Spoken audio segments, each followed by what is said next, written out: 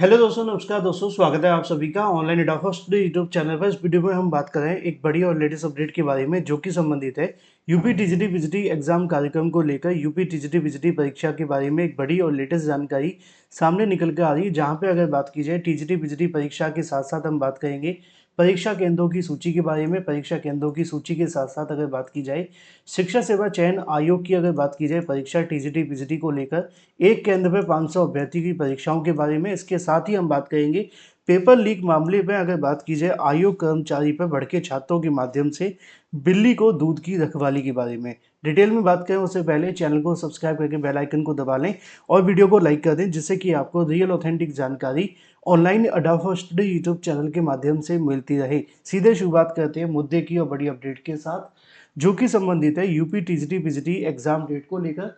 TGT PGT के साथ साथ अगर बात की जाए आप सभी के लिए पेपर लीक मामले को लेकर। दोस्तों, जैसा कि आप जानते हैं, मैंने आपको बहुत पहले ये बात बताई थी कि जो शिक्षा सेवा चयन आयोग होगा ना, आयोग का बनना एक महत्वपूर्ण काम है, लेकिन आयोग के बनने के बाद में परीक्षाओं को कराना, परीक्षाओं से संबंधित पारदर्शिता लाना, परीक्षाओं को लेकर अभ्यर्थियों के मन में जो सवाल रहते हैं, जो विचार रहते हैं, जो समस्या रहती हैं, उनका निवारण करना वो दूसरी बात होगी। क्योंकि अभी तक तो हमने देखा था कि परीक्षाओं को लेकर घोटाले होते हैं, लेकिन क्योंकि कुछ नया बना है तो उम्मीद है कुछ नया लेकर के आएंगे। आयोग नया है तो नई चीजें भी तो होनी चाहिए। अब हम हमेशा की तरह ही पुरानी चीजों के भरोसे बैठे रहेंगे कि भाई आयोग तो नया बन जाएगा, लेकिन पेपर लीक जो है पहले होते थे वो भी होते रहे, पेपर के अंदर जो धांधली की चीजें हमारे सामने आती थी वो अभी भी आती रहे, तो फिर बनने का फायदा नहीं हुआ ना। अब एक मामला आप सभी के सामने है। टीजीटी पीजीटी परीक्षा को लेकर एक तरफ शिक्षा सेवा चयन आयोग के माध्यम से लगातार बहुत सारी तैयारियां की जा रही हैं और इनके बारे में समय समय पर जानकारियां मैं आपको दे भी रहा हूँ। टीजीटी परीक्षा को लेकर बात की जाए तो आप सभी की जो परीक्षा केंद्रों से संबंधित सूची मांगी गई थी, जिसके बारे में मैंने आप सभी को बताया भी था कि शिक्षा सेवा चयन आयोग के माध्यम से टीजीटी और पीजीटी परीक्षाओं के संबंध में तमाम जिला अधिकारियों को लिखे गए पत्र में उन्होंने ये मांग की थी कि टीजीटी और पीजीटी परीक्षा को लेकर अपनी ओर से जो सहमति है वो जता दें कि हमारी जो टीजीटी की परीक्षा वो 14 और 15 मई को कहीं ना कहीं आयोजित करनी है, और पीजीटी परीक्षा को लेकर 18 और 19 जून को बदलाव कर दिया गया था, जिसकी जानकारी आपको पहले से ही है। इन दोनों के संबंध में तमाम जिलों से कहीं ना कहीं उनकी तरफ से सहमति पत्र भी मांगे गए थे, और इसके संबंध में जो आयोग की तरफ से गाइडलाइन जारी की गई थी उसमें बहुत सारी चीजें भी थी। अब एक बड़ी जानकारी ये है कि जो टीजीटी पीजीटी 2022 की परीक्षा को लेकर केंद्रों की सूची मांगी गई थी वो यहाँ पे ऑनलाइन कर दी गई है, यानी कि तमाम अलग अलग जिलों के माध्यम से टीजीटी पीजीटी परीक्षा को लेकर जो आयोजन करना है उसके संबंध में अपनी ओर से आप सभी के लिए जो सूची है वो भेज दी गई है शिक्षा सेवा चयन आयोग के पास। अब ये एक मामला है जो आप सभी के लिए है कि टीजीटी पीजीटी की परीक्षाओं को लेकर सूची भेज दी गई है। अब आप इसको अच्छी खबर कहें या जो मर्जी कहें, लेकिन इसमें दो चीजें आपको समझनी है। पहली मैं आपको बता दूं, जहां तक मैंने जानकारी आयोग से ली है, शिक्षा सेवा चयन आयोग के माध्यम से ऑलमोस्ट सभी जिलों के माध्यम से टीजीटी पीजीटी को लेकर जो सहमति पत्र हैं वो भेजे जाने शुरू कर दिए गए थे पहले से ही, और अंत में 20 तारीख आते आते, यानी कि कल 20 तारीख आते आते सभी जिलों के माध्यम से भेज दिए गए हैं। एक आध अगर जिला रह गया है तो उसकी जो लेट लतीफी की वजह से एक दो दिन में ये डाटा आयोग के पास पहुंच जाएगा, ये भी मुझे पता चल गया है। अब ये तो हो जाता है कि आप सभी के लिए जो सूची है वो भेज दी गई है, लेकिन मैं आपको एक चीज और बता देता हूं जो मैंने आपको बताई भी थी कि शिक्षा सेवा चयन आयोग के माध्यम से प्रति जिला 30 परीक्षा केंद्रों की मांग की गई थी। 30 परीक्षा केंद्रों की क्यों की गई थी? क्योंकि यहाँ पे जिससे कि मैक्सिमम परीक्षा केंद्र अगर मिलेंगे तो अगर एक आधा परीक्षा केंद्र उनकी परीक्षा के लिए अपर्याप्त होता है तो उसको निकाल दिया जाए। अब अपर्याप्त का मतलब मैं आपको बता देता हूँ। शिक्षा सेवा चयन आयोग के माध्यम से जारी की गई गाइडलाइन के मुताबिक ये कहा गया था कि हर परीक्षा केंद्र पर 500 अभ्यर्थियों के बैठने की व्यवस्था होनी चाहिए, तभी वो कहीं ना कहीं परीक्षा के लिए पर्याप्त होगा, अदरवाइज वो नहीं है। मान लो किसी परीक्षा केंद्र पर 300-400 अभ्यर्थियों के ही परीक्षा देने की व्यवस्था है, तो वो परीक्षा के लिए पर्याप्त नहीं है। तो जो मुझे जानकारियां मिली है, शिक्षा सेवा चयन आयोग के पास में तमाम जिलों के माध्यम से जो डाटा था वो भेज दिया गया है, लेकिन जो मांग रखी गई थी कि 30-30 जिलों की जो सूची भेजी जाए, इस सूची को बहुत कम जिलों के माध्यम से फॉलो किया गया है। इसके पीछे के दो कारण हैं, और वो ये है कि कई परीक्षा केंद्र ऐसे हैं जहां पे 500 अभ्यर्थी नहीं बैठ सकते हैं, इसलिए उनको इसमें सम्मिलित नहीं किया गया। जिलों का ये कहना है, जिलों का ये कहना है कि हमने ज्यादा परीक्षा केंद्रों की सूची इसलिए नहीं भेजी क्योंकि आयोग की मांग है कि कम से कम 500 परीक्षार्थी आने चाहिए। अब जिन जिलों के अंदर 500 आएंगे उसी का तो हम डाटा भेजेंगे। ये कहना किसका है? उन परीक्षा केंद्रों का। आयोग की अपनी चीजें थी, आयोग ने कहा था कि 30-30 जिले भेजे जाएं, सॉरी 30-30 परीक्षा केंद्रों की सूची भेजी जाए। अब इस मामले को लेकर एक चीज आप सभी के सामने कंफर्म हो गई है कि तमाम जिलों के माध्यम से डाटा भेज दिया गया है। अब आगे क्या होना उस पर बात कर लेते हैं। शिक्षा सेवा चयन आयोग के माध्यम से कल तक इस मामले को लेकर समीक्षा कर ली जाएगी कि तमाम जिलों के माध्यम से डाटा भेजा गया था, क्या वो परीक्षा के अनुसार पर्याप्त है या नहीं। अब ये कैसे होगा वो बता देता हूं।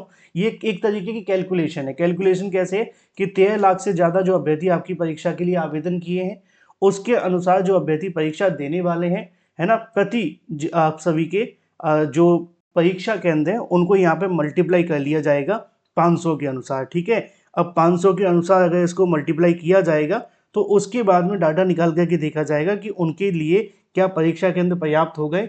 अगर नहीं हो पाते हैं तो उसके लिए आयोग इसमें कुछ बदलाव कर सकता है, जिसकी जानकारी मैंने आप सभी को पहले ही दे दी थी। लेकिन जो मुझे जानकारी मिल गई है, सभी जिलों के माध्यम से अपने अपनी तरफ से जो फाइनल डाटा है वो भेज दिया गया है। अब फैसला करना है शिक्षा सेवा चयन आयोग को कि जो भेजा गया डाटा है क्या वो परीक्षा के लिए पर्याप्त है या नहीं। इसका फैसला कब तक होगा? 1 या 2 दिन के अंदर शिक्षा सेवा चयन आयोग इस पर जो फाइनल डिसीजन है वो ले सकता है कि हमारे पास जो डाटा मिल गया उसमें परीक्षा हो जाएगी। अगर परीक्षा हो जाती है तो आप सभी के लिए मैं 1 या 2 दिन के अंदर ही फाइनल जो चीज़ें वो आपको बता दूंगा, क्योंकि मुझे इसके बारे में जो जानकारी मिली है वो यही है कि आप सभी के लिए परीक्षा केंद्रों से संबंधित जो डाटा है वो मिल चुका है। और जो डाटा मिला है वो वैसे तो कई जिलों के माध्यम से सही भेजा गया है, कुछ जिलों में खामियां हैं जिसको लेकर आयोग 1 या 2 दिन के अंदर इस पर जल्दी डिसीजन ले लेगा। और जहां तक मुझे चीज़ें निकल कर के सामने आ रही है उसके मुताबिक मुझे लग रहा है कि आप सभी की जो परीक्षा है वो 14-15 तारीख को हो जानी चाहिए, कोई दिक्कत नहीं आनी चाहिए। ये फाइनल वर्डिक्ट जो मुझे समझ में आया चीज़ों के मुताबिक, क्योंकि कई जिलों के माध्यम से डाटा भेज दिया गया है। अगर कहीं पे 500 छात्रों के बैठने की व्यवस्था नहीं है तो उसको परीक्षा केंद्र नहीं बनाया जाएगा, उन परीक्षा केंद्रों को डिस्क्वालीफाई भी कर दिया जाएगा। और जो जिलों के माध्यम से डाटा भेजा गया उसमें ज़्यादातर इन्हीं को वरीयता दी गई, इसलिए कम डाटा भेजा गया है, ये भी बताया गया है। अब ये तो बात हो जाती परीक्षा केंद्रों के बारे में। अब जैसे कि मैंने आपको बताया था कि एक जिले में 10,000 अभ्यर्थी बैठने वाले हैं, तो 10,000 अभ्यर्थियों के लिए अगर सब कुछ सही रहता है तो यहाँ पे आप सभी के लिए कम से कम क्या होना चाहिए कि 20 परीक्षा केंद्र होने चाहिए, है ना। 20 परीक्षा केंद्र होने चाहिए 500 प्रति के मुताबिक, क्योंकि एक जिले पे अगर 500 अभ्यर्थी बैठेंगे तो यहाँ पे आप सभी के लिए कम से कम क्या होना चाहिए, 500 छात्रों के बैठने की व्यवस्था होनी चाहिए, इसलिए 20 परीक्षा केंद्र सफिशियंट है। तो ये रहने वाला आपका पूरा का पूरा प्रोसेस। अब इसमें 1 या 2 दिन के अंदर आयोग सारी चीज़ें कर लेगा, फिर उसके बाद ये फाइनल हो जाएगा आप सभी की परीक्षा केंद्रों को लेकर। फिर तैयारी शुरू होगी आपके एडमिट कार्ड से लेकर पेपर के बारे में। अब ये बात हो जाती है आप सभी के केंद्रों की सूची ऑनलाइन मिल गई है, आयोग इसको वेरीफाई कराए, 1 या 2 दिन में फाइनल चीज़ें सामने आ जाएंगी कि कहाँ पे क्या कम है या सब कुछ सही है। ठीक है, परीक्षा की तैयारी करते रहे। दूसरी चीज़ ये है कि पेपर लीक मामले को लेकर थोड़ा अभ्यर्थी जो है भड़के हुए हैं। किसके ऊपर? आयोग के ऊपर, कि भाई जो आयोग है उसको रखवाली दी गई है हमारी नौकरी के लिए। ये सेम वैसे ही है जैसे कि बिल्ली को बिठा दिया जाए दूध की रखवाली करने के लिए। अब बिल्ली अगर दूध की रखवाली करेगी तो क्या होगा आप जानते हैं कि वो आप सभी के दूध को या तो पी जाएगी या फैला देगी। मतलब जो हमारा दूध था वो हमें मिलना चाहिए वो नहीं मिल पा रहा ना। तो अब यहाँ पे आयोग को इस बात पे थोड़ा ध्यान देने की आवश्यकता है। भाई हाथ जोड़ के निवेदन है, परीक्षा को आप ऐसे करवाएं कि मेहनत करने वाले अभ्यर्थी को नौकरी मिले। किसी ऐसे अभ्यर्थी को नौकरी जब मिलती है, चाहे एक को भी मिले, वो भी कहीं ना कहीं लाखों अभ्यर्थियों के सपनों पर आघात होती है। 13 लाख अभ्यर्थी हैं, 4,000 आवेदन, सॉरी 4,000 सीटें निकाली गई हैं, उसमें भी अगर एक कोई घोटाला करके नौकरी ले गया तो कितने अभ्यर्थियों का कहीं ना कहीं विश्वास टूट जाएगा। इसलिए आयोग से निवेदन है कि बिल्ली की रखवाली की दूध की रखवाली के लिए बिल्ली को ना रखा जाए। आयोग में कोई भी ऐसा कर्मचारी हो तो तत्काल प्रभाव से उसके ऊपर कार्रवाई की जानी चाहिए। यही फाइनेंशियल तौर पे कहीं ना कहीं अभ्यर्थियों के लिए फायदेमंद होगा, क्योंकि पद तो वैसे भी नहीं है, घोटाला करके और नौकरी चली जाएगी तो बचेगा क्या।